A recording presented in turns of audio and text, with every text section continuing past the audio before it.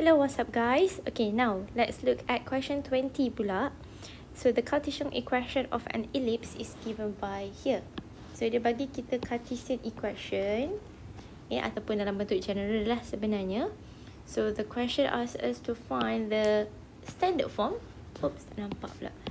So we need to find the standard form, and then we need to find the center, vertices and foci, and lastly we need to sketch the ellipse itself. Okay, so macam biasa, daripada general form ataupun Cartesian form kita nak tukar kepada standard form, perlulah buat completing the square.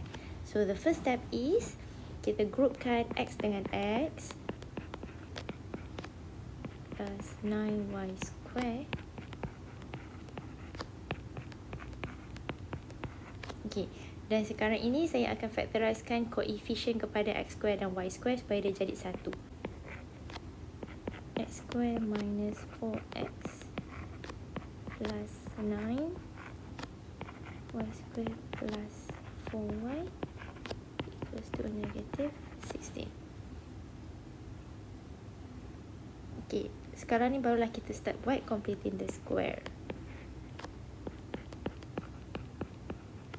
So, x minus 4 over 2 square minus salin balik sahaja. Lepas tu kita squarekan dia. Plus dengan 9. Same here. Y plus 4 over 2 square minus 4 over 2 square equals to negative 16. And then for we have x minus 2 square minus, so kat sini 2 square adalah 4 kan, so 4 darabkan dengan 4 adalah 16, so maksudnya tolak 16 tambah dengan 9 y plus 2 square minus, okay, 2 square is 4 darabkan dengan 9 dapat 36 equals to negative 16. Dan sekarang ni kita akan bawa semua yang constant ke sebelah kanan. Negative 16 plus 16 plus 36. So sebenarnya kita akan dapat 36. Okay, and one more thing, kita kena make sure that the coefficient, on the right hand side it should be 1. So sini adalah 36. Dan nak jadikan dia 1, kita akan dividekan the whole equation dengan 36. Okay, so 4/36 adalah x minus 2 square over 9 plus y plus 2 square over 4 equals to 1. So this is our standard equation. So next is determine the coordinate of the center, vertices and the foci. So sebenarnya kita boleh tahu daripada sinilah. Okay, so saya bawa ni atas here.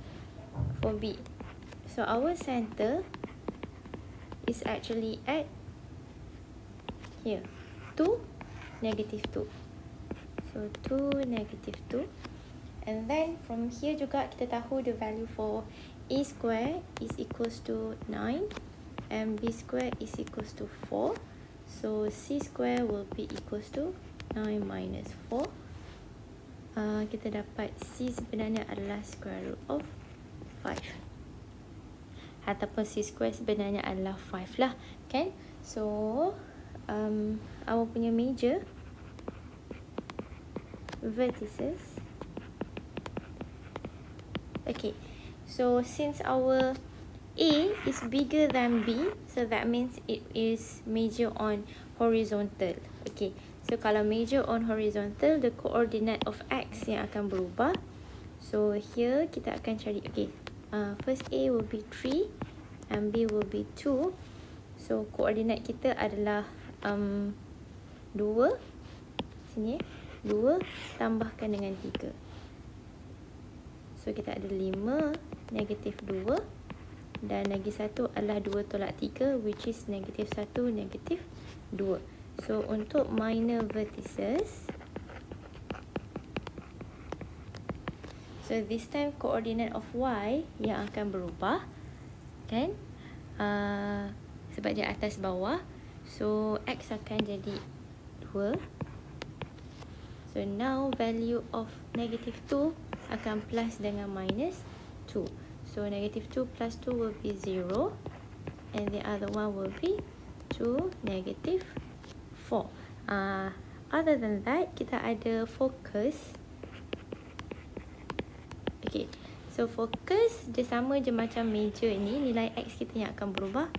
So square root of 5 lah.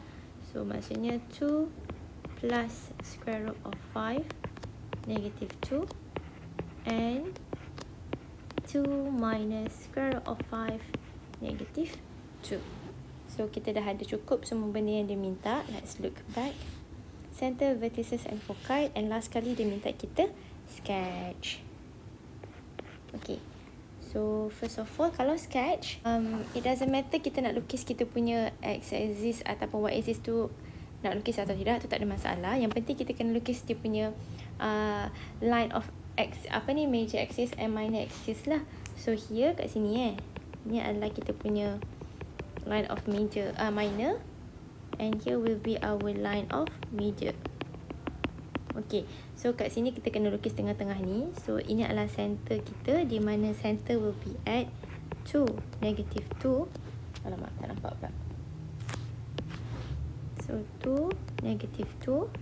And then kita punya focus tadi dekat sini. So F1, F2. F1 kita adalah 2 minus square root of 5 negative 2. Dan juga 2 plus square root of 5 negative 2. And then kita ada vertices V1 dengan V2. So V1 kita adalah negative 1 negative 2 dan juga 5 negative 2. And then our minor will be at 2 0, and the other one adalah 2 negative 4. Okay, so kita dah siap lukis semua. So let's say if you want to sketch juga kita punya x-axis ataupun y-axis kat mana kan. Okay, so this is our y equals to 0. Okay, y equal to 0 maksudnya kat sinilah line kita. Okay, now kita punya x-axis kita adalah, let's say sini adalah 2, sini negatif 1.